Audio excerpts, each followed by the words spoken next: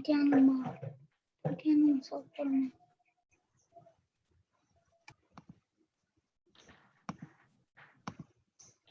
let me know when we should start. Hare Krishna, Urmila Mataji. Hare Krishna. Hare Krishna. So Mataji, give us a few minutes. I think devotees are assembling in. So. Okay.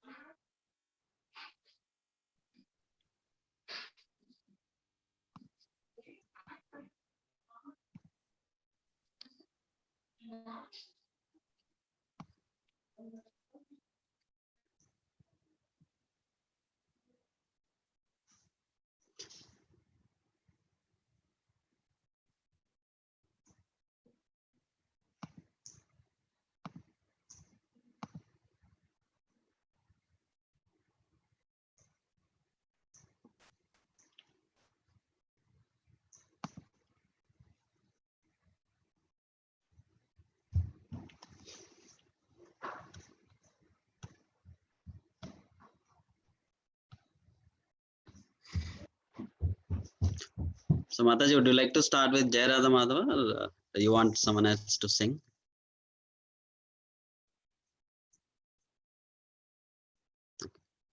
I can sing. Okay, sounds good.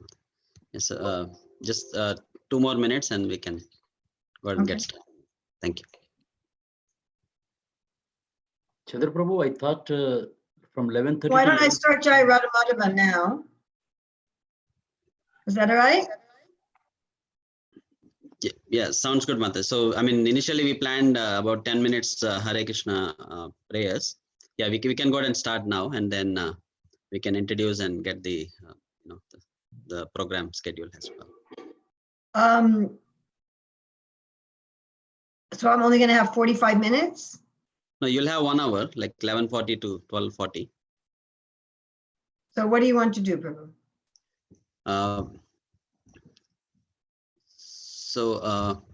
Yeah, we can start off with Jai Radha Madhava and then continue the class. And if you can give us a brief time in between, we can. I would like to introduce you, and we are waiting for Rukmini Mataji to join as well. She's already joined. Oh, So, she's joined. Yeah, she's there. So you want me to do Jai Radha Madhava and then you can introduce me and then I'll do the class? Yeah, sounds good, Mataji. Yeah, thank you. That's okay? Yeah. Okay. Jaya Radha Madhava Kunja Bihari Jaya Radha Madhava Kunja Bihari Gopi Jana Balava Girivaradari Gopi Jana Balava Girivaradari Yasodanandana Braja Janaranjana Yasodanandana Braja Janaranjana Yamuna Tira Panachari Yamuna Tira Panachari Jaya Radha Madhava Punjabi Hari Gopi Jana Balava Girivaradari Yasodanandana Braja Janaranjana Yamuna Tira Panachari Prabhupada ki jai.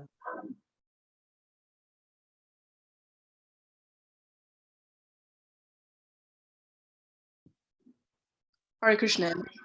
Audible? Audible to me. Harsh says he couldn't hear. Great. It is my great pleasure and privilege to introduce my dear friend and co-author, Her Grace Urmila Prabhu, also known as Dr. Urmila Edith Best.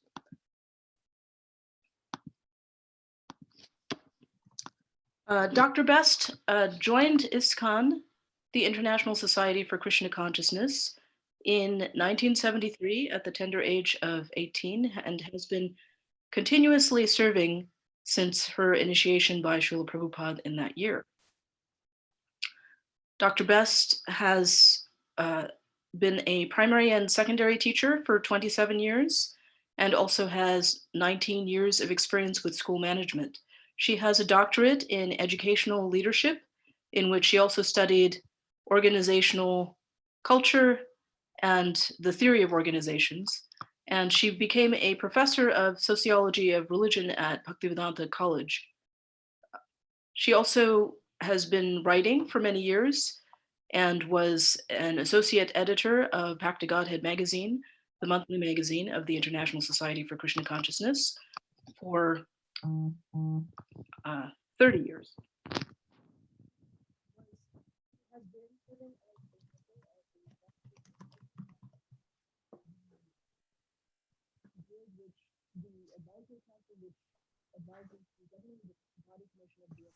Mataji, we could not hear you. Really? Yeah, your sound got muffled like you were Yeah. underwater. Yeah. From what point? After you said that I taught sociology of religion. All right. Her Grace has been serving on the Shastric Advisory Council since its inception. This is a advisory board that advises the governing body of the International Society for Krishna Consciousness on scriptural questions, and most recently has been serving as chair. She has been a public speaker for more than a decade and travels, until recently, of course, worldwide teaching Krishna consciousness. She is also the author of several books, including The Great Mantra for Mystic Meditation and Essence Seekers, as well as several upcoming book projects. She also is the author of Dr. Best Learn to Read, an 83-book literacy program. In this series of books and activities, she integrated approaches to literacy which were thought to be at war with one another. She harmonized analytic phonics, synthetic phonics, and whole word approaches. And these books are also fun and enjoyable and easy to implement even for parents with little previous training. Today, she's speaking about topics from our upcoming book, Career Dharma, The Natural Art of Work. Also, I'd like to wish a happy Mother's Day to all the mothers out there. Dr. Best herself is also a mother, grandmother, and great-grandmother. And incidentally, today is her birthday. So without further ado, please take it away. Hare Krishna, thank you. So I'm going to be sharing my screen.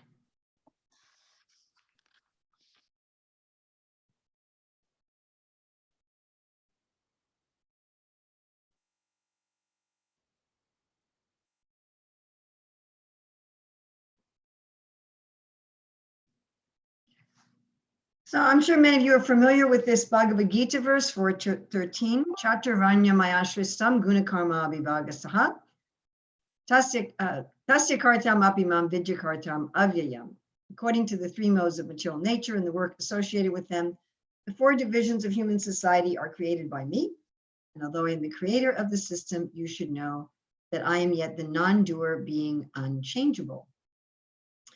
So we might ask, you know, among all of the hundreds of thousands of possible careers, why did Krishna categorize them into four? And why these four?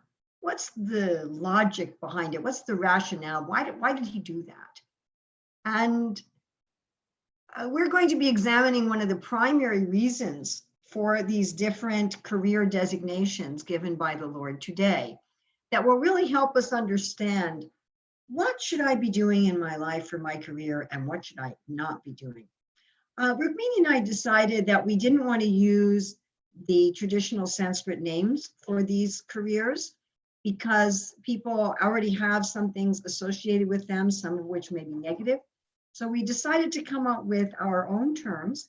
And these terms are ones that we are understanding in a particular way for the purpose of this investigation. So we'd like you to whatever association you have with these English terms also, if you can somewhat set aside and see how that we're using them here. So basically, in every human society, no matter how simple, there are these fields of work. And we find that some people are producing food and other necessities from natural resources. Some people are keeping the system functioning. Zoom is acting up. Some people are keeping the system functioning and attractive. Some people are educating, and some people are governing society. And I don't know how to get this thing off of my, hopefully that worked. All right. So the people who are keeping the system functioning are called the field of artistry. Those who are producing food and necessities from natural resources, we're calling in the field of resources. Those who are governing, we're saying are in the field of government. That includes NGOs, even landlords on a very small scale, and those who are guiding and educating, we're calling in the field of ideas. So those are the terms that we're going to be using. And these four fields are useful because even though the availability of different careers changes over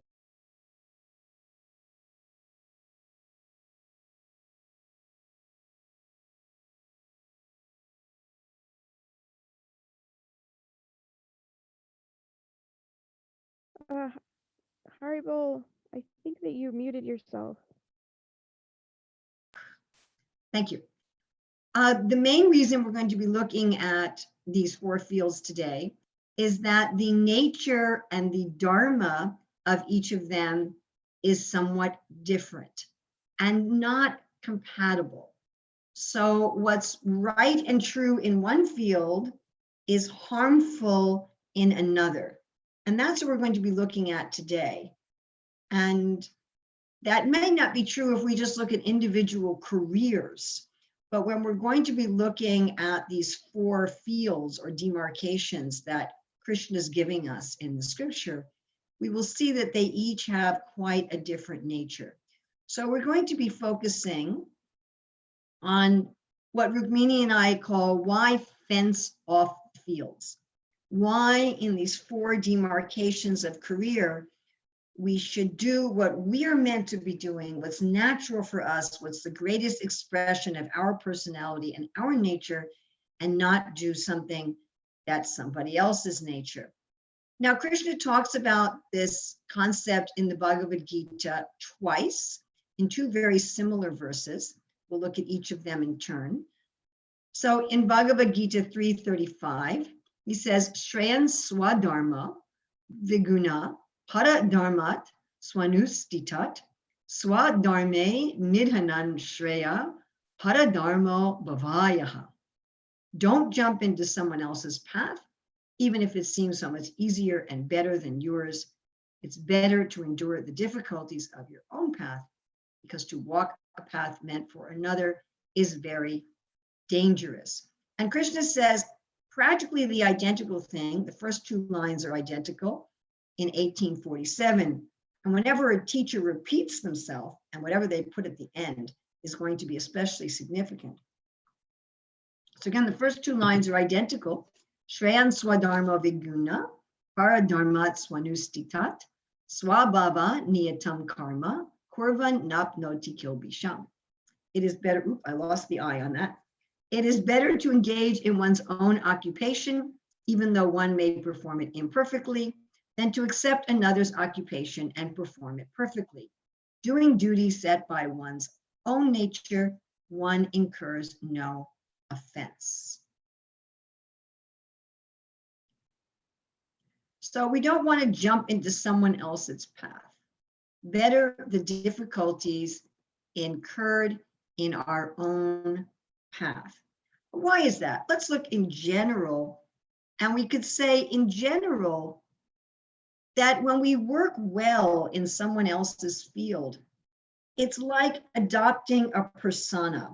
We become something like an actor who has to pretend to be what they're not. But even a talented actor would find it an unbearable strain to stay in character constantly. So if we're always trying to be something that we're not, we're going to feel strained. Eventually, Krishna says our true nature will come out. And I'm sure we can all think of situations where we really felt inauthentic. We felt that we were being someone we're not.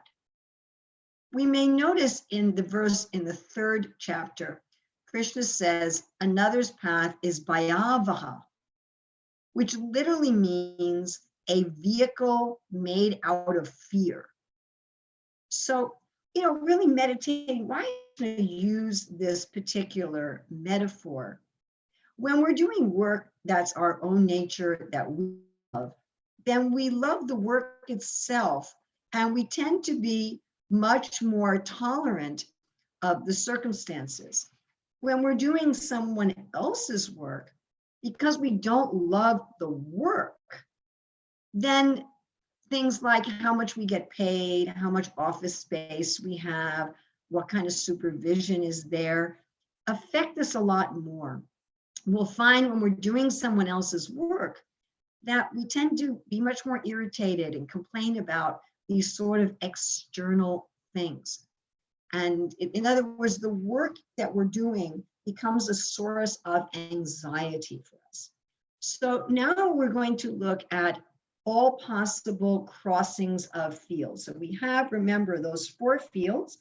We have artistry. These are the people who keep everything going in society. They keep everything functioning and beautiful.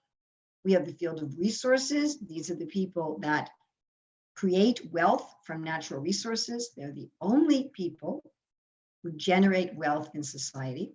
We have the field of government. They're the people who take care of everyone, like the big parents, whether as landlords and NGOs or as literal governments of cities, towns, countries. Then we have the field of ideas who provide the guidance and wisdom.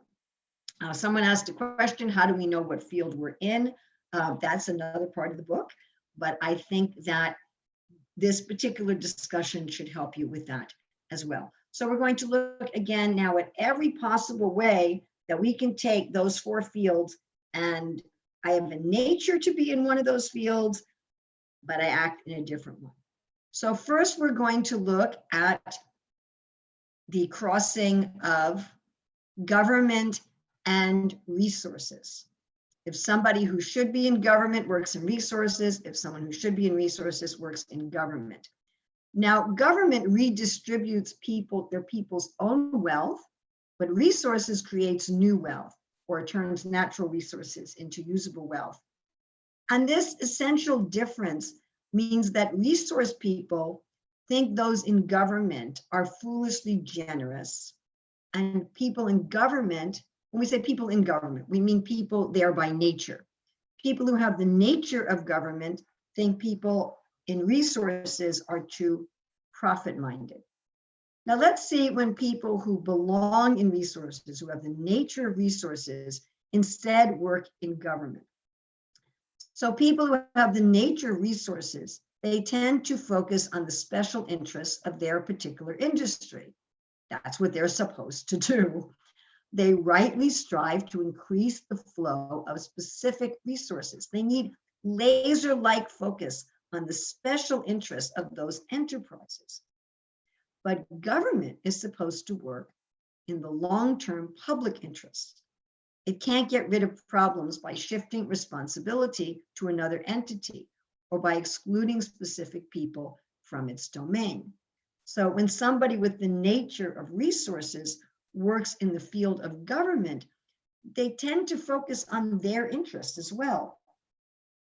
They have a really hard time being broad and thinking about the society as a whole. they're Hare trying. Krishna Mataji, sorry to interrupt. I think we are seeing both the next slide also in your presentation. I think we might need Okay, to. you're not supposed to do that. That's not supposed to work that way in Zoom. Okay, we're going to try again. Yeah, that works. Thanks. Now, is it still okay? I think now it's back to both the slides. Okay, Zoom is not supposed to work that way. As soon as you showed presenter view, it showed the next slide. Yeah, but it's never done that before. And I've done this with Zoom now dozens of times. It's never done that. Okay, let me see if I can. I'm going to stop share. That's why I like Zoom, because it doesn't do that. I'm going to try to stop share and start it again and see if we don't have that problem, because it shouldn't do that.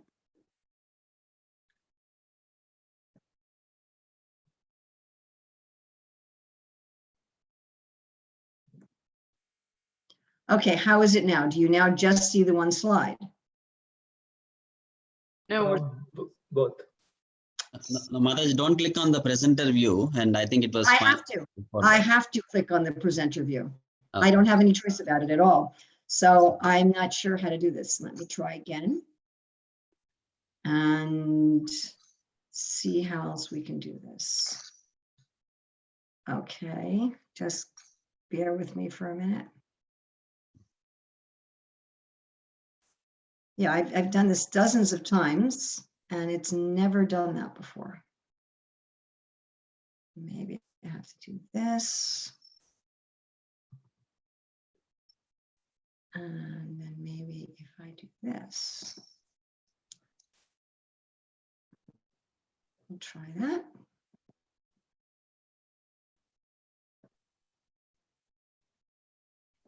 Now is it working?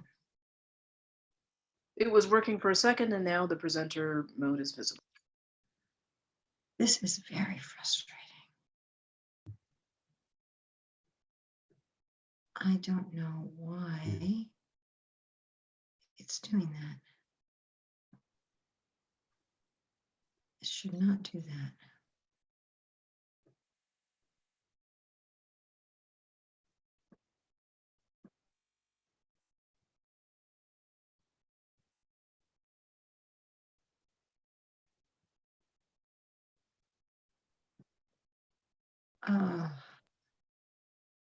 Maybe we It's can. good. It's good now, Mataji. Oh, yes, this is good. It's good. Is it good now? Yeah. Okay, I don't know what I did, and I'll have to repeat it at another time. I don't know what I did, but now it's working the way it's supposed to work. Okay. Thank you, Krishna. Okay, and now you're still just seeing the one slide. Yes, Mataji. Excellent. Okay. Again, we're looking at resources in government.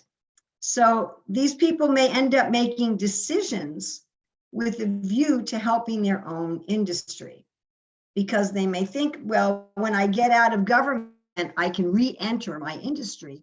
So while I'm in government, let me do things that support that industry. Then when I'm ready to go back into it, it will be at an advantage. They might want to go back to their industry in a new role of special pleading. They have certain connections with the know-how they've gotten in government. And this is called like the revolving door in government. And what this means is that the main interests of government, which are fairness and justice for all, can end up being overlooked. And because people are just into their special interests. And one example we have of this is private prisons. So the role of government in prisons, the interest of government in prisons, is to rehabilitate the criminals and bring them back into society as far as possible. It's a big expense for the government in many areas. But if somebody who has the mentality of resources is running a prison and running it as a private business, they want to keep the prisoners in there as long as possible because they're getting paid for each of the prisoners. So their view becomes not about rehabilitation. And this is a very good example of what happens when someone who has a mentality of resources, which is about making a profit and making their particular industry successful, goes into something that's designed to be in government. Now, what happens when someone who has a mentality of government works in the field of resources? Now, people in the field of government tend to prioritize the care of people. That's more important than projects or profits. And you might think, well, that's really good. We should put people over profits. And when you're in government, that is good. Just like when you're in resources, channeling things to your industry is what you're supposed to be doing. But when somebody with the mood of government ends up working in resources, then they're not going to be so concerned about making a profit and having their project thrive. Their project then will often fall apart. And then the people that they're serving as their employees and as their customers will lose the business. This is actually quite common. Sometimes we see people with a government mood who take up a business and they do the business for social justice or something like that. And the business usually fails, or it gets bought over by a person with a mentality in resources. Again, if people who have a mentality for government go into resources, so people in government have a real interest in honor, fairness, and justice. So much so that they're willing to give their lives for the sake of honor, fairness, and justice. But in resources, if you're going to be successful in resources, you have to be constantly expanding profit for your own company or your own business, not just for society in general. You can't think about fairness and justice for all your competitors, right? And so they're looking for their own prosperity of their enterprise. And when you have a mood of government, you're likely to have your enterprise fail, right? For example, somebody with a mood of government might define a fair price for the customer as something that would lead to the failure of the business, because they're putting the happiness of the people in the above whether or not the business is going to be successful. All right, so we've looked at this interplay of government and resources, and I think you've already seen how what's wonderful for a resource person in resources becomes a problem when a resource person works in government. And what's wonderful for a government person in government becomes a problem when a government person works in resources.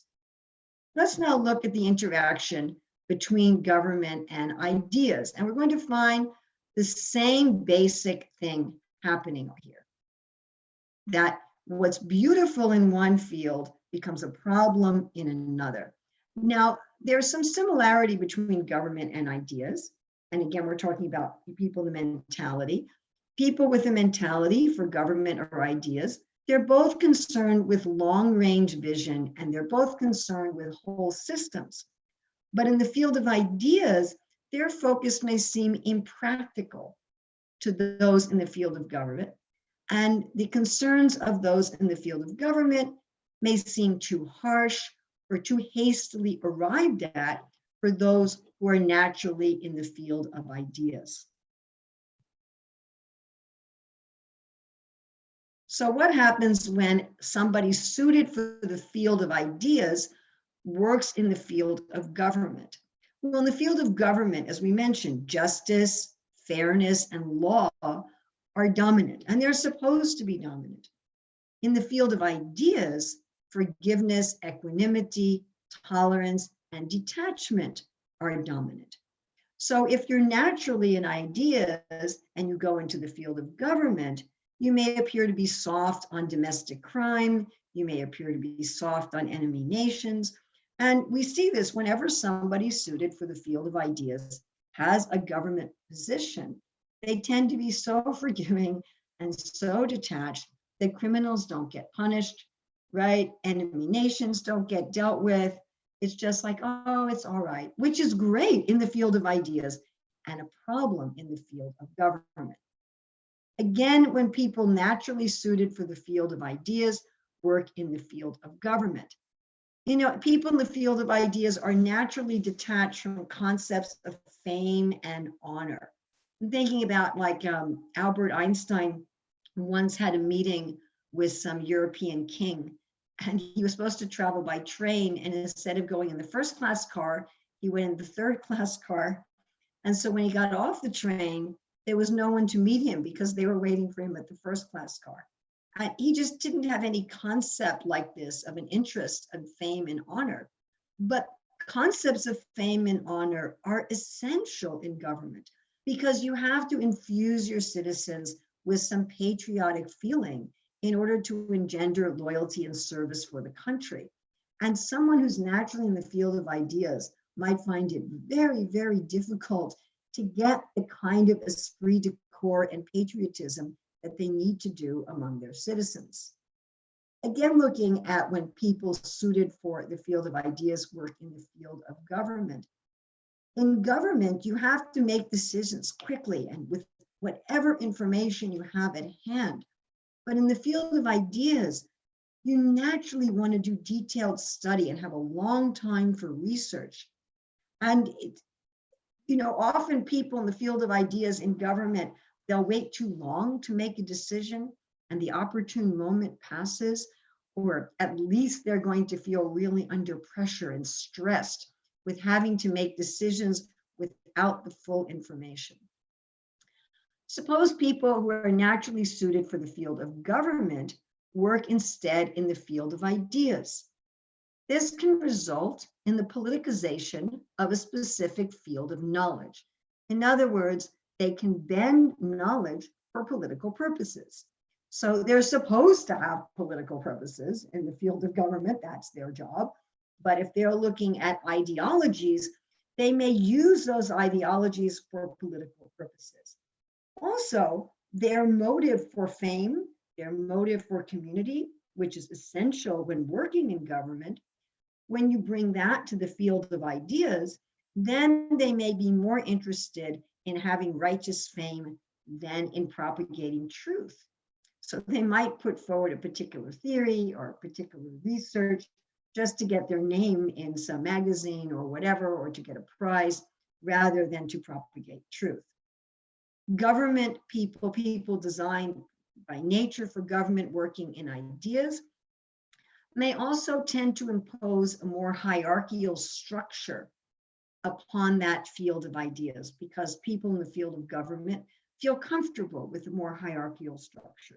Here's the president and here's the ministers, but in the field of ideas, things are very fluid. Who's in charge of what is constantly changing. And when you naturally in the field of government and you bring this more hierarchical move to the field of ideas, it acts like a big dam that just blocks the flow of knowledge and wisdom in society. When people suited for the field of government work in the field of ideas, they may find it very difficult to be energized by vairagya, by renunciation, equanimity. They may long for their more natural prosperity of yasha, or community and fame and dharma. And because they're looking for their natural food, which is yasha or fame and righteous dharma, righteous honor. So they may be swayed by acclaim and community biases that take them away from truth. Okay, now we're going to look at a mixture of ideas and resources. Ideas and resources. So to people naturally suited for the field of ideas, work in resources may seem very self-centered and materialistic. Like, why are you interested in profit? Why are you interested in making money? And resource people ideally have a very practical system of ethics. So for people in the field of resources, work in the field of ideas may be like, that's all theoretical, that's all useless.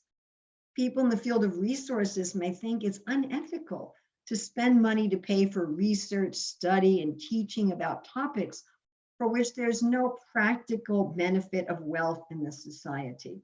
So the people in the field of ideas think those in resources are materialistic, and the people in the field of resources think that the people in the field of ideas waste money and waste energy on things that aren't profitable and aren't generating a tangible wealth for the society. So what happens when people suited for the field of ideas work in the field of resources? Well, people suited for the field of ideas, they focus foremost on truth. They have a neutral, detached perspective. But the very nature of work in the field of resources is not to be neutral or objective. They're supposed to focus on the flow and increase resources for the profit of their enterprise and family. And when somebody is working in resources, but they're in the field of ideas, they start thinking, wow, I've become selfish. I've lost my detachment. They start to feel a kind of disgust with themselves. When people in the field of people suited for the field of ideas work in the field of resources, they have a concept of fairness and transparency where they may just give things away. You know, they don't want to sell things. They want to give things away. I was just speaking yesterday to one of my former Gurukul students who said that she's written some Krishna conscious dramas and she just can't decide if she should give them away or put them into a book that she sells. She said, I just don't feel right asking for money for a book.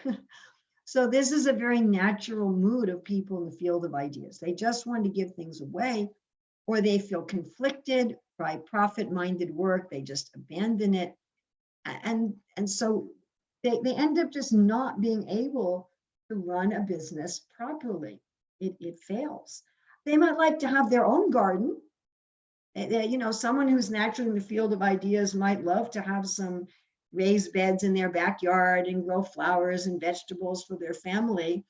But if it becomes an agribusiness, then they don't even have any interest in it anymore.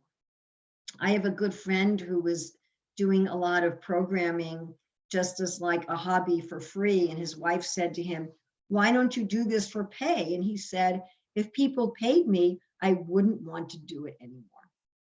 And people who are naturally suited for the field of ideas, they don't understand or enjoy this relentless thirst for bigger and better and bigger and better, which you need in the field of resources in order to be successful. In fact, the Srimad Bhagavatam characterizes those in the field of resources as having this expansive thirst, because people in resources aren't supposed to just feed their family, they're supposed to feed the world. And in order to feed the world, you always have to be thinking of expansion. So when people naturally suited for the field of ideas go into the field of resources, they can't take care of people properly. What happens when people who are naturally suited for the field of resources go into the field of ideas? Well, then you have an increased likelihood of corruption in the field of ideas. Think about when pharmaceutical companies fund medical research. So they're not going to have an unbiased search for truth. If they're naturally suited for the field of resources, they're going to want money channeled into their resources. The concept of having this neutral and unbiased search for truth, again, it doesn't make any sense to them. You know, research is supposed to be about making a profit. And if they can keep to the principles of the field of ideas, then they might be unmotivated. You know, if they can keep the ethics, either they're going to be corrupted, or if they keep the ethics, they're like, why should I work for all this theoretical ideas? What use is it? What practical value is it? There's no money in it. There's no leadership opportunity. And in the field of ideas, people naturally share credit, or they just give up personal credit at all. And the person in the field of resources is like, well, why should I even do it? You know, if I'm not going to, just it's the opposite. The person in the field of ideas says, if I'm getting paid for it, I don't want to do it anymore. The person suited for the field of resources says, if I'm not getting paid for it, I don't want to do it anymore. So they're motivated in different ways. When a person in the field of resources works in the field of ideas, they're likely to think that the concepts in the field they're working in are just impractical, pie in the sky. And they're just like, why should I even care? They may become very negligent in their work because they just can't see the value or importance of it. And we're going to have time for questions, so don't worry. Let's look at crossing ideas and artistry. So there's a big similarity between the fields of ideas and the field of artistry. And that's that both people suited for either of these fields tend to feel internally satisfied. In the fields of government and resources, people always want to do bigger, more. But in artistry and ideas, people are satisfied. But they're satisfied very differently. So those in the fields of artistry, those suited for the fields of artistry, they tend to be satisfied if they have basic creature comforts.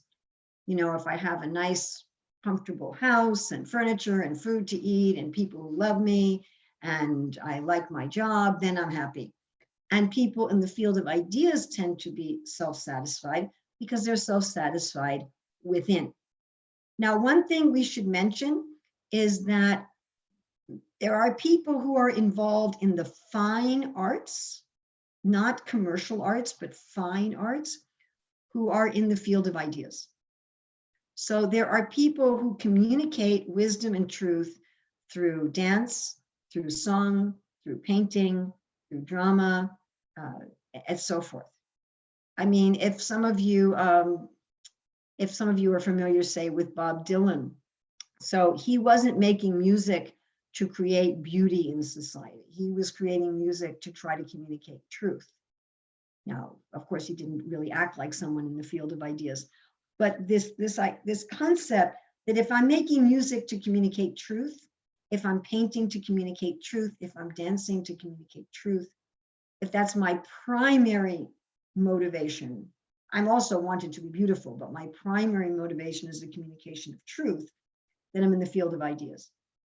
If I'm creating works of art and my primary motivation is the communication of beauty, the expression of emotion, the expression of rasa, then I'm in the field of artistry. So that's just something to keep in mind in understanding who's in what field. All right, let's say people naturally suited for the field of artistry work in the field of ideas. So people who are suited for the field of artistry, they're concerned with the beauty and function of society in terms of tangible, tactile work. But the field of ideas is a field of abstractions. So when people naturally suited for artistry work in ideas, they can miss subtleties, they can miss context in knowledge and information. So they often present facts, quotes, and truth out of context, in isolation, with the aim of preserving or creating functionality in a limited sphere. Now, we see this operating today all over, that people suited for the field of artistry start dabbling in the field of ideas and present things maybe on the internet where, you know, they're quoting out of context, they're missing the subtleties, they're missing the nuances, they're quoting just to promote a particular practical idea, and it just makes a mess of the field of ideas. Something that's, again, beautiful in their own field, once they go into ideas, it's a catastrophe. Now, the main thing that people in the field of artistry bring to society is the experience of rasa. Rasa means taste. So it literally means taste, like in food, like sweet, salty, sour, bitter, pungent, astringent. But it also means everything we find enjoyable in life.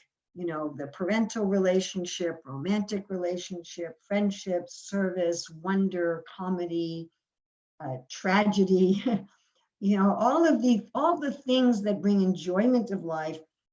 That is the realm of people in the field of artistry. They're the ones who supply that. But when people in the field of artistry bring that concept of enjoyment into religion, spirituality, and education, they're going into a field where they're supposed to be detached wisdom.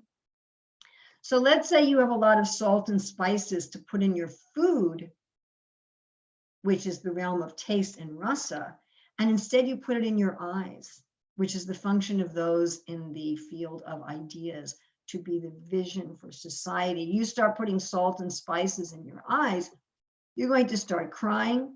You're not going to be able to see properly. You're not going to be able to guide properly. So when people suited for the field of artistry go to the field of ideas, they end up sensualizing that field and destroying the detached wisdom that is supposed to reign there. And here again, we find a similar just lack of understanding. I mean, someone naturally in the field of artistry might like to play in the field of ideas as a hobby, but serious work in the field of ideas is going to seem to them like crossword puzzles. It doesn't have any value. If they're working in that field, it's hard for them to understand what is the value of that field. This happens with every crossing, that you don't get the main value of a field that's not your own. When people suited for the field of artistry work in the field of ideas, they may have an inner conflict between the detached guidance they need to give society and their natural desire to please and serve others. Somebody naturally suited to the field of artistry, they want to paint the painting that the customer wants. They want to do the plumbing the way the customer wants. They want to put in the woman I'm staying with just got a new floor in her kitchen, and the worker is showing us different flooring and what do you want? So people in the field of artistry they have this mood of service, and they love to please others and give others what they want. But when you're in the field of ideas, you have to communicate truth and wisdom, even if it's not going to be pleasing to people. So if somebody naturally in the field of artistry goes into the field of ideas, they may neglect doing the research to find the possible unpleasant truths that need to be communicated, or they may distort what information they find in order to please others. Again, people suited to the field of artistry going into the field of ideas. So as we remember, both in artistry and ideas, people tend to be very satisfied very easily. But in the field of artistry, what's satisfying is what we would call creature comforts. You know, I have a happy family, I have comfortable chairs to sit in, I don't need to make a lot of money, I don't need to do a lot of things. In the field of ideas, the sense of satisfaction comes from the activities of the mind or the intellect or maybe spirituality. Now, it's very hard to corrupt people naturally suited for the field of ideas because they're not interested in external things of the world. It just doesn't have any interest for them. Whereas people in the field of artistry, although they're not interested in grandiose things, they want simple physical pleasures. So when someone in the field of artistry works in the field of ideas, the combination that they want a comfortable life and that they want to please others means that they can be easily corrupted, and they kind of can create a fire of corruption in the field of ideas. Now, in the field of ideas, freedom is the key to developing ideas. And people in the field of ideas need literal and figurative space to allow for discussion and exploration that may seriously challenge the status quo. However, those in the field of artistry, they're providing the function of society. Their job is to keep the status quo. So it may be very difficult for someone whose nature is to keep the status quo to be in a field where their job is to challenge it.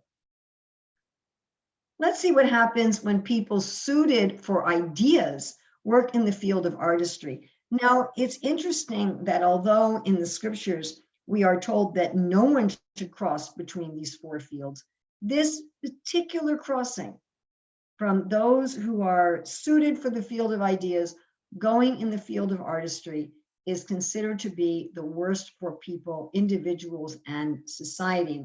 Meaning I spent quite a bit of time recently really going deeply into why this particular crossing could be so detrimental. So when you're in the field of artistry, there are constraints and deadlines of who to please. But this runs the risk of taking precedence over large-scale considerations of abstract thinking that's natural to somebody who should be in the field of ideas.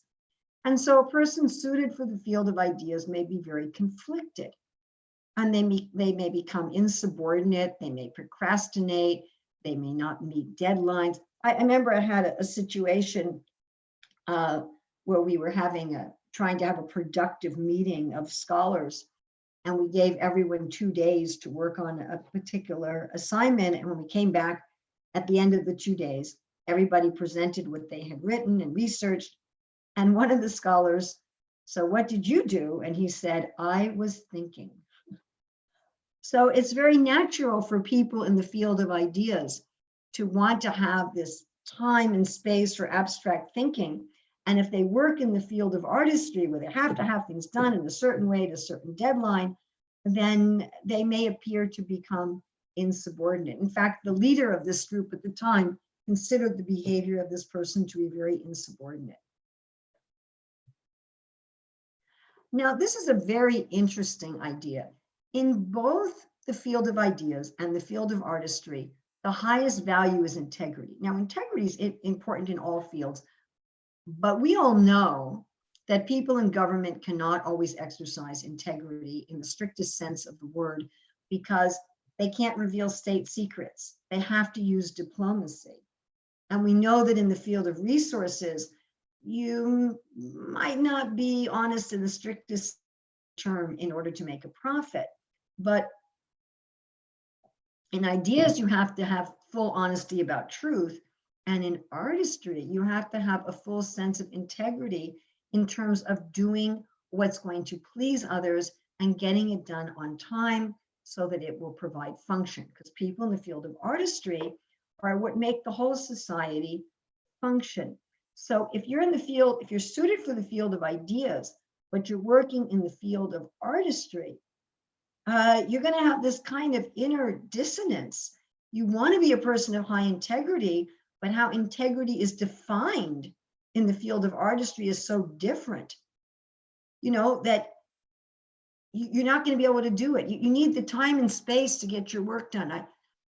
I produce a lot of books with artists, and most artists are in the field of artistry. I'll say, you know, this is the picture I want done. I want it done like this, and they do it to please me. But I had, and they get it done generally on time. I had a situation where I was working with an artist who was in the field of ideas. And she never showed me a sketch. She never got my approval for things. She did the art the way she wanted to do them. She got everything done like literally 2 years later than I had asked her to get them done. And, you know, she wasn't able to have the integrity of the field of artistry, which is to do things, you know, the way I wanted them at the time that I wanted them. Instead, she had the integrity of the field of ideas, where her artwork beautifully expressed truth and wisdom in her own way, just substantial. But, you know, if you're relying on people in the field of artistry to get their stuff done the way it's needed to be done and on time, people in the field of ideas who work in the field of artistry, they're going to make a mess out of it. Also, people in the field of ideas, they care about detachment and equilibrium. They don't really care about, you know, worldly pleasures, which is the whole thing that people in the field of artistry are supposed to be supplying to society. So, you know, often people in the field of ideas, they may not recognize the deep need of society or even themselves for healthy, nourishing, and spiritually uplifting pleasures on the physical platform. So if they're working in the field of artistry, they don't really care, you know, if I do things that are beautiful and uplifting. You know, first of all, they may not get things to work on time. And second of all, they may destroy the rasa that the field of artistry is meant to give. They're going to bring this detachment and this equanimity and this disinterest in the world to the field that provides the function for the world. And in that way, they pollute the whole field and nobody gets any pleasure in life anymore. When people who should be in the field of ideas work in the field of artistry, instead of going that route and bringing their detachment to the field of artistry where it doesn't belong, they may bring the pleasure of the field of artistry into themselves. And here we have what I believe is the main reason why people suited to the field of ideas should never work in the field of artistry, why it is the most dangerous crossover. Because the pleasures of the world are the natural food for those in the field of artistry, and it's what they're giving to society, which is needed for everyone's health and balance. But for those suited to the field of ideas, this kind of pleasure is just like poison. And so if someone in the field of ideas starts imbibing the rasa of the field of artistry, for them, it becomes a polluting sort of sensuality. You know, like we were talking about getting salt in your eyes. Well, here people in the field of ideas, they really pollute this field of artistry if they themselves imbibe the mood of the field of artistry to some extent. So if they don't at all imbibe the mood of the field of artistry, they ruin the field by not having any rasa in it. And if they do start to imbibe the mood of the field of artistry, they start using their ability for analysis and research and truth and wisdom to promote a gross and debased form of sensuality in society. So you can think about psychiatrists, psychologists who use advertisements in a way to bring out people's basest desires, or food scientists who engineer chemical and unhealthy food to approximate the taste and texture of healthy food.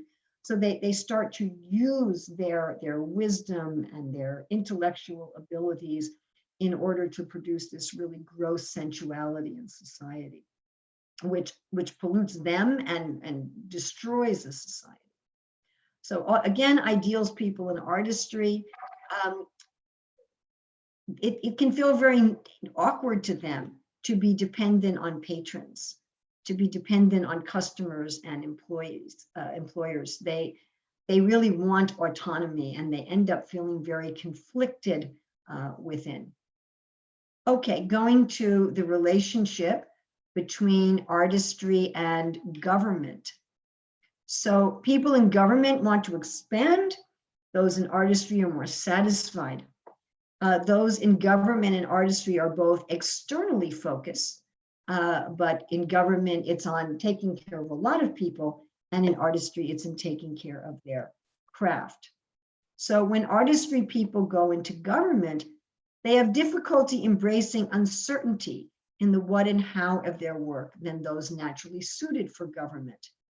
The ability to function in what's called the fog of war, the thrill of functioning in the uncertainty of the fog of war, it's natural to those suited for government. It's really uncomfortable for those suited to artistry. And the comfort with clear objectives for both the result and the processes that is natural for those in artistry often results in them imposing bureaucratic processes into government workings where it doesn't belong. When those suited for artistry go into government, to them, and here we find this repeated theme, that people in the wrong field just can't relate to the ethics of that field. So people suited for artistry who work in government, they might think that all of this interplay and negotiation and deal making of government is just politics. You know, they just want to exercise their own skills. They're going to hate the kind of work that they have to do. And not only just the fog of war, but any kind of shrewd decision making, it doesn't come natural to those in the field of artistry. Now, those in the field of artistry can do the bureaucratic work that governments need to have done as assistants, But when working in the field itself, they make it just a system of set rules and procedures that can't respond holistically to what's going on. When people suited for artistry work in the field of government, we find a contradiction that those suited for the field of government like to rush into danger. They're the ones who rush into battle. They're the ones who rush into the burning buildings to save others. They sacrifice their own comfort. They have their own inner resolve and detachment from their own safety. Whereas those naturally suited for the field of artistry, they want a simple, comfortable life where they're expert at their skills. This tendency with wanting to be comfortable can make them prone to corruption in the field of government. They can get enamored by the perks of a job in government, the adulation, the respect, the access to various government resources and side benefits. And instead of being willing to take on danger, they can start amassing these things for their own comfort. Now here, you'll notice it's the same picture we had for people of ideas in the field of artistry as for people in the field of government in the field of artistry. We have a similar problem here, that people in the government, people naturally suited for the field of government, can't work very well with constraints of deadlines and who to please. And they really don't want those sort of constraints taking precedence over large-scale considerations of fairness, justice, public interest, and so forth. And the inner conflict may result in, again, insubordination, procrastination, failure to meet deadlines. And again, we're using the same pictures we used in ideas. And people in the field of government put a high value on autonomy. They don't like the idea of being in the field of artistry where they have to please certain customers. It feels very unnatural to them. All right, looking at the cross between resources and artistry. So both resources and artistry deal with the practical needs of society, but those in artistry tend to focus on the craft, the quality of their craft, and the satisfaction of a job well done. Those naturally in resources tend to focus on profit, expansion, and quantity. So when people naturally suited for resources go into the field of artistry, their drive for the expansion of profits and goods, they're going to emphasize quantity over quality. And then a lot of the quality that's necessary in the field of artistry will become lost to automation and mechanization. So we end up with fast foods, fast clothing, clothing that becomes fashionable or falls apart by the next season, plastic that replaces metal and glass, entertainment that has just superficial violence and sex just to get you to buy it instead of inspiring reflection through plots and character development, drug-fueled sports. So these are all the things that happen when people naturally suited for the field of resources go into the field of artistry. When people naturally suited for the field of artistry go into the field of resources, they get frustrated when their supervisors keep relentlessly driving them to find new ways of expanding the business. They're happy to bake bread at home and sell it at the flea market. They don't want to create a chain of bread stores all over the world. They're happy with a simple life. So they end up feeling very frustrated. And this wonderful tendency of people in the field suited for the field of artistry to be satisfied with the simplest, most direct and immediate way of fulfilling their needs, when they go into the field of resources, they're not capable of the long-term thinking and big picture view that's required in resources, where you have to think about ecology, sustainability, and renewal that have to be prioritized at the expense of immediacy. So people naturally suited for the field of artistry, they prioritize immediacy. People naturally suited for the field of resources, they prioritize sustainability and renewal. And when someone naturally suited for the field of artistry goes into the field of resources, we're going to have depletion of resources. We're going to have pollution of natural resources, which are going to give poor outcomes for humanity and for the planet. So in summary, we can see that each of these four fields, artistry, resources, government, and ideas, they each have their own glory. They each have their own beauty. They each have their own ideals that in their own field are wonderful, but in another category become disqualifications. And when we look at what happens when people cross the fences between the fields, we can start to understand a little bit of why Krishna takes all the hundreds of thousands of careers, designates them in these four ways, and says, do the work that's suited to your own nature.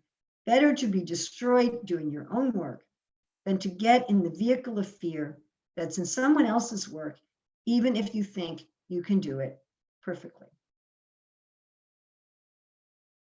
So thank you for your patience with the screen sharing. Again, I don't know why we had that problem. And we have a little bit of time here for questions. All right, let's see.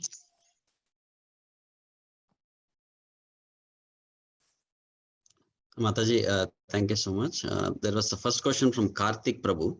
How to identify our own nature correctly? That is another seminar. Okay.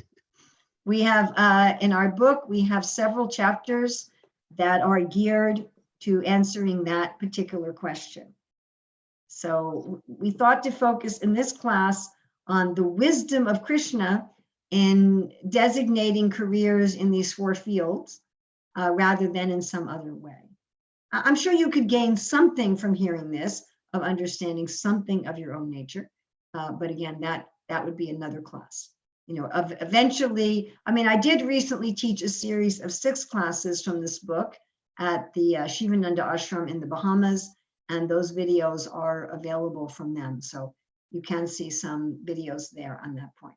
And we had a question here from Prem Sindhu Prabhu. People in government mode may not agree with those in ideas and vice versa, and so on with every other combination. How can they all cooperate together without conflict? That's also another part of the book.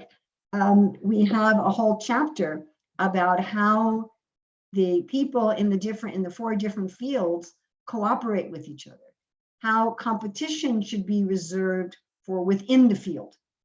So like there can be debates within the field of ideas in order to come up with the highest truth. There's a literal war between governments or competition between types of governments. There's competition between businesses. In the field of artistry, we find athletic competitions, Olympic competitions, art competitions, plumbing competitions. But the fields cooperate with each other. They see their role in the universal body. Just like our brain cells are not generally, unless we're under some sort of stress, competing with our heart or our muscle cells. They each have their own role to play. So in an ideal society, people in each field respect the values of people in the other field and know how to cooperate. But the details, again, is for another class. Okay, what are the ethics of collaboration between the field? The basic ethics of collaboration between the field is respect. And knowing that my food is your poison and your food is my poison. That I cannot and should not impose the ethics of my field and the norms of my field on another field. When we do that, there's havoc. Each field has its dharma, each field has its ethics, each field has its integrity, but it looks very different. You know, the dharma of running into a fire is for the field of government. But in the field of resources, your dharma is you better put your oxygen mask on first. Because if you're not taking care of your needs, your whole business is going to fail and you won't be able to feed and clothe society. So the collaboration is knowing that everybody has their own dharma and that is respected. of over quickly prejudging people's field evaluation because we can't tell the difference between collaboration and pathing errors. I'm not really sure what that means. When does the book come out? You'll have to ask the Supreme Lord, but the book is written. It's actually been written for a while. We're in what, our third editing run through at this point. So hopeful. I mean, I'm hoping by the end of the year that it will come out. Rukmini and I are working on it a lot. We're working at least 3 days a week, yeah? 3 to 5 days a week, sometimes 6 or 7 days a week. Are you born with a tendency to one nature? Can one change nature over time? Krishna seems to indicate in the Bhagavad Gita quite strongly that we're born with a nature and we cannot repress it. He says, what will repress and accomplish? Having said that, our nature is very much affected by our nurture, and to totally separate nature and nurture is not possible. So to what extent our nature comes out positively and that we even understand it has a lot to do with our upbringing. Research work in academia is ideas or artistry. I think it is ideas, but also has deadlines and deliverables. Can you clarify this? Well, you know, many times in the fields in modern society are not run by the ethics of those fields. So understanding about the fields of work is not just understanding individual nature. We have 2 parts of our book is about individual nature, but we also have a part about society as a whole and how society as a whole can function. I imagine that a lot of people reading the book won't be as interested in that, but we do have a society-wide view that it's going to be difficult for people to work in their own individual fields according to their dharma if society as a whole isn't run properly. We also deal with this point in our second part in what's called cherishing your field of work, to make sure that the field that we're in as a whole is functioning by the dharma of that field. You know, that it's not just that I'm doing the dharma of my field, but my field as a whole is functioning by that dharma. And if it isn't, then even if I'm in the right place, according to my nature, there may be some discomfort. So if I'm working in a university, but the university's run as if it was a pottery shop, or if it was a government administration, or as if it was a for-profit business, then there's going to be some feeling of discomfort for me, even though I'm in the right field. Okay, I think we're kind to run out of time here.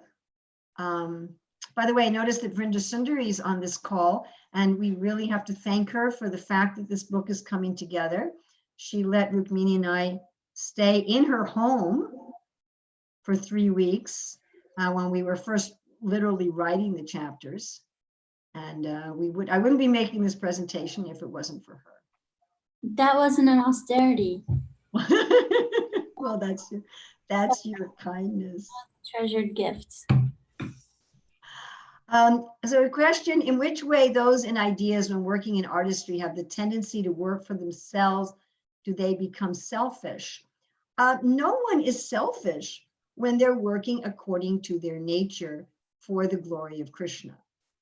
It's like your heart cells can't be selfish if they're working as a heart cell for the benefit of your body.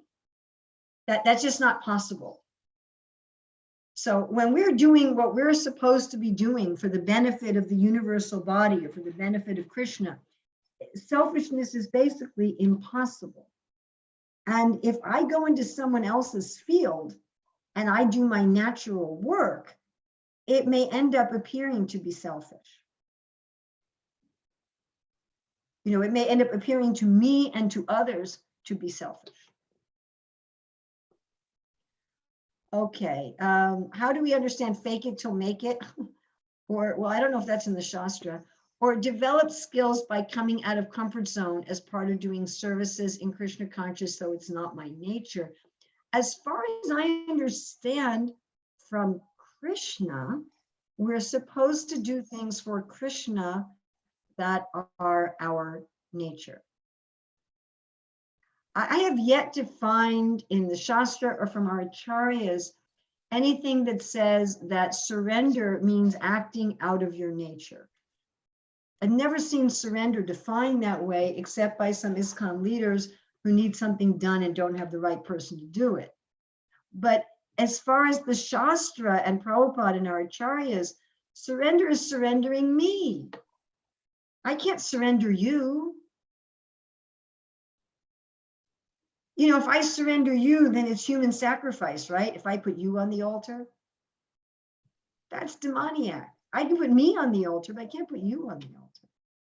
I can't donate your car to the temple. I can, I mean, I don't have a car, but you know, I could only donate my car to the temple, right? I mean, how can I donate your car to the temple?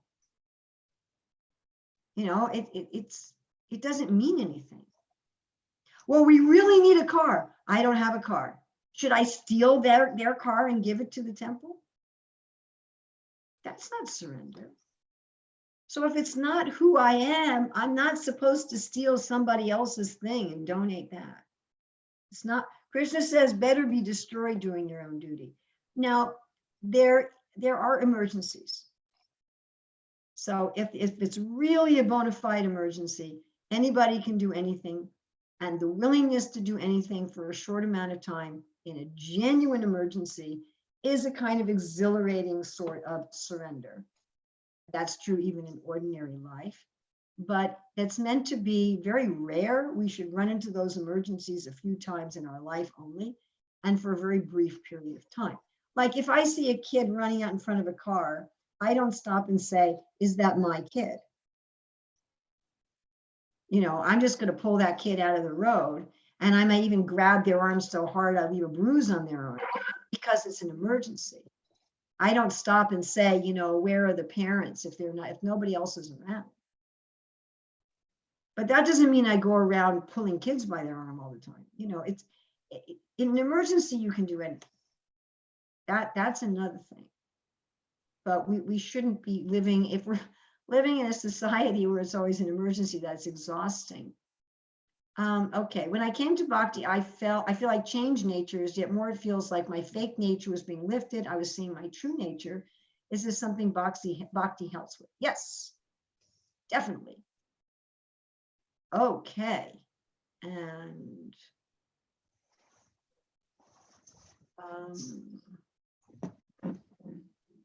Parasuram acts as a Kshatriya in an emergency. Parasuram is God. He's a Shaktivesh avatar. If you're a Shaktivesh avatar, do whatever you like. And the story of Parasuram's appearance is also, you know, his grandmother got the payasa that she would have a Kshatriya type son, even in a Brahmana family. So it's not really very applicable. Some people say in Kali Yuga, we are a mix of 4 or a mix of 2. I'd love to see a praman for that. I just see that our Shastras say that we have a nature and our nature cannot be repressed. Now, there are people that are kind of on the edge. So there are people in the field of ideas who are almost in the field of government, and they may be acting as advisors in the field of government, people in the field of artistry who are almost in the field of resources. I mean, you do have people that are kind of on the cusp, but you will find that they're dominantly one or the other. Also, an interesting point is because people in the field of artistry may assist people in the other 3 fields, if someone is primarily in artistry, but also has some inclination in another field, then they may be an assistant in that other field, but still staying in the field of artistry. Can astrology define the field of a person? Yes. Can a particular astrologer do that? I don't know. So there's a difference between saying, can astrology do that? And can XYZ person astrologer do that? How do we understand that everyone is born a Shudra in Kali Yuga? We understand that by the fact that in former ages, there were systems by which people's nature was nurtured and called for even during pregnancy and so forth. And that's not being done today.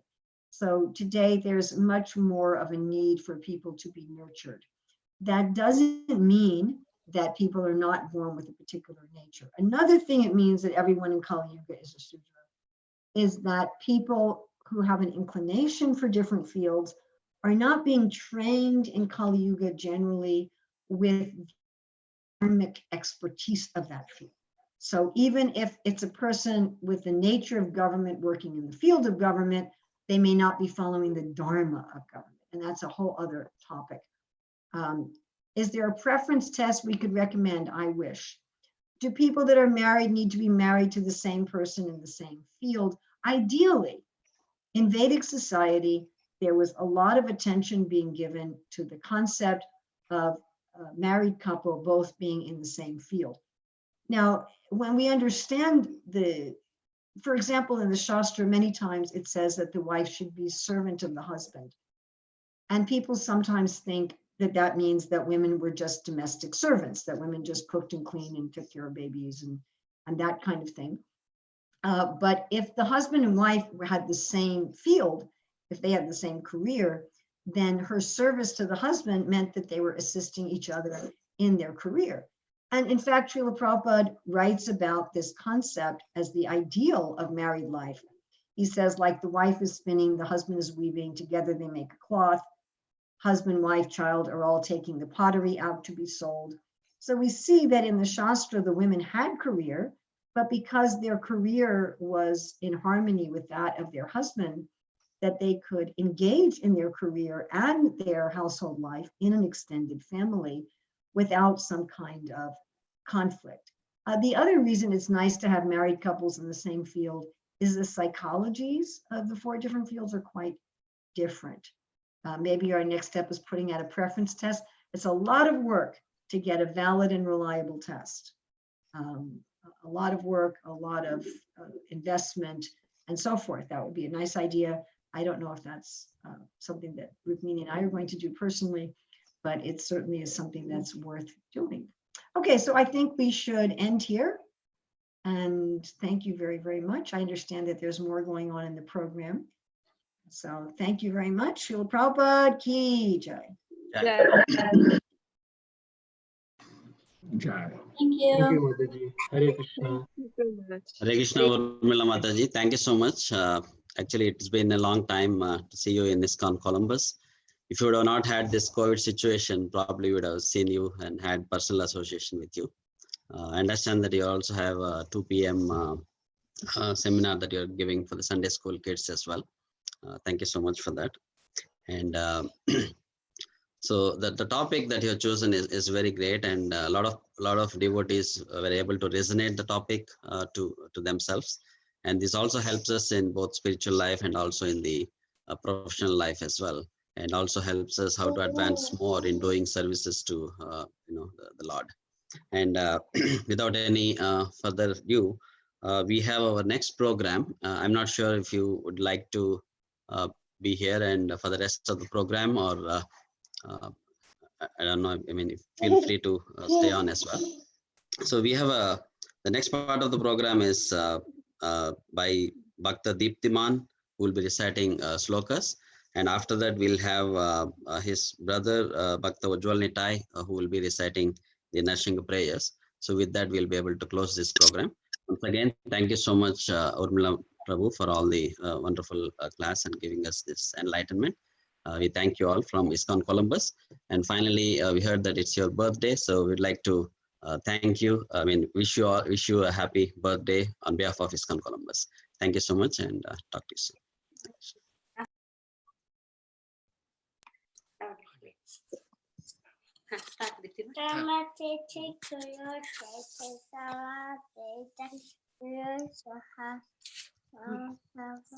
Loudly.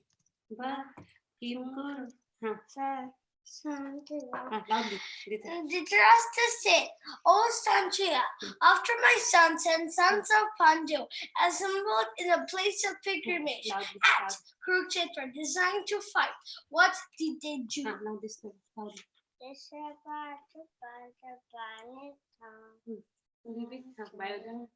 Look,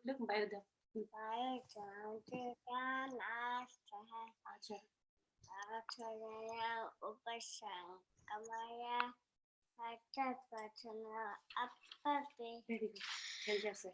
Sanjaya said, "O king, after looking over the army arranged in military formation by the sons of Pandu, King Duryodhana went to his teacher and spoke the following words.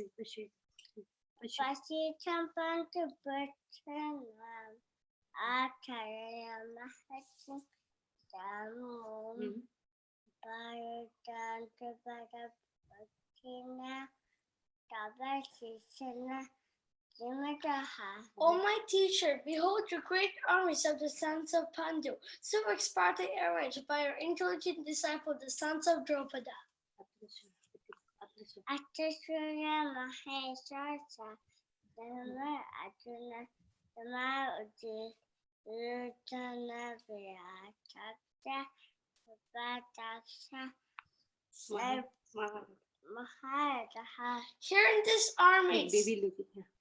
Here in this armies, are many heroic bowmen, equal in fighting to Bhima and Arjuna, great fighter like you, Dana, Virata, and Drupada.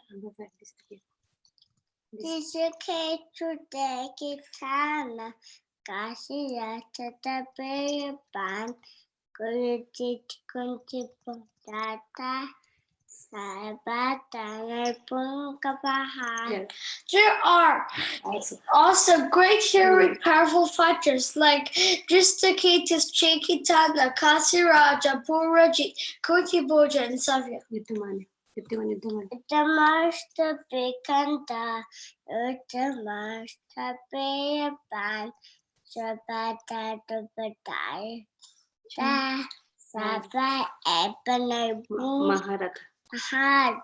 There are the mighty Udamanis, the very powerful Uttamoja, the son of Subhadra and the son of Draupadi. All these warriors are great child fighters. Number seven.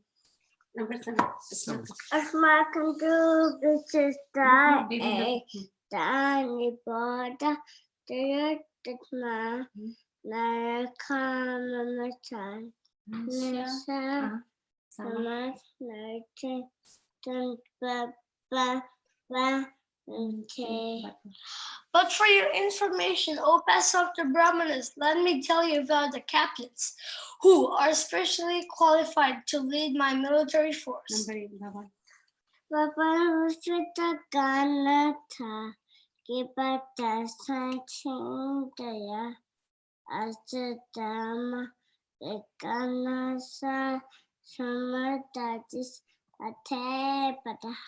There are many other heroes. There are personalities like you, Bhishma, Karna, Kripa, Swatama, Prikarna, and the son of Samadatta called Bhushava, who are specially qualified, who are always victorious in battle.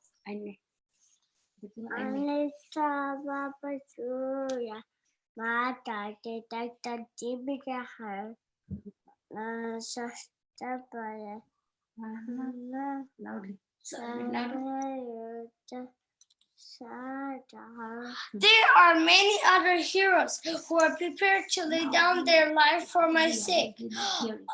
All of them are well equipped with different kinds of weapons, and all are experienced in military science.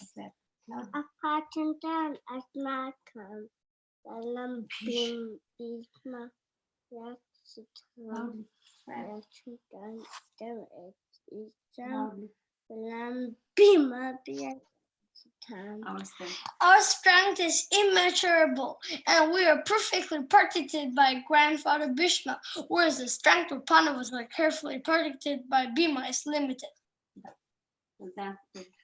Dan Prabhu. Done. Thank you. Nanashima prayer. Haribol. Blessing. Go. Yeah. Go. Namaste.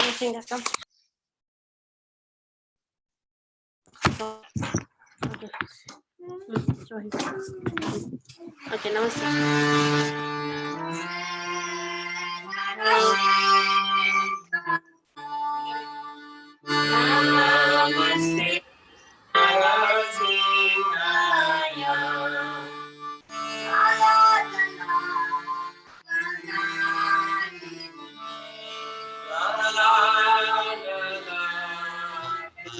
Dayine.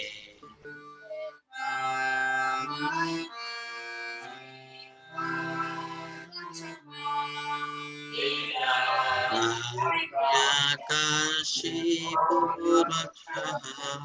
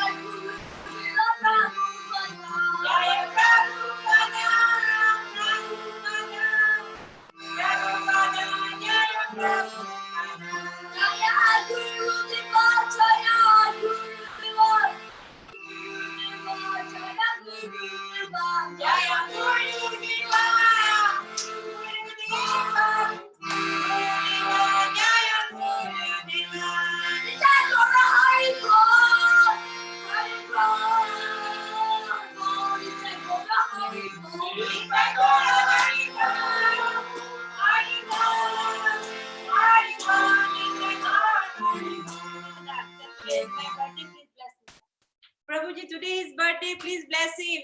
Ujjalita birthday 10 May.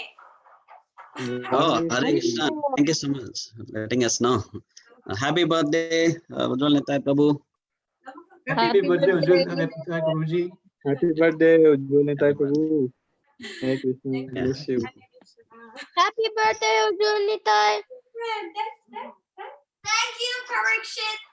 Love you. Love you.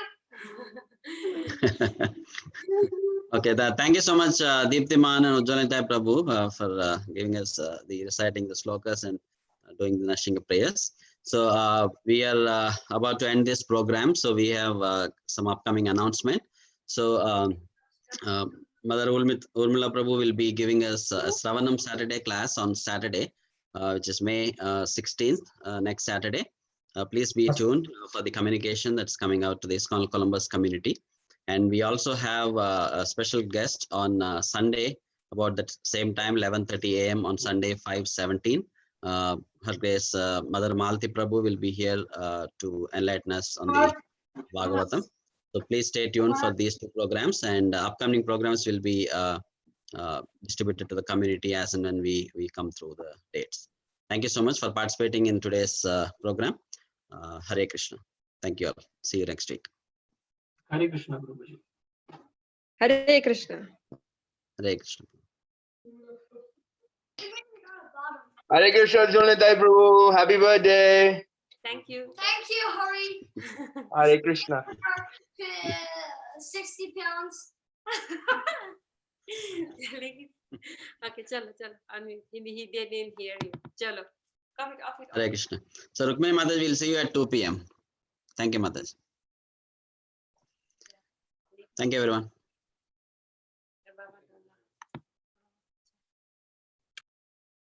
Thank you, Chandra Prabhu. Thank you, Prabhu. Hare Krishna.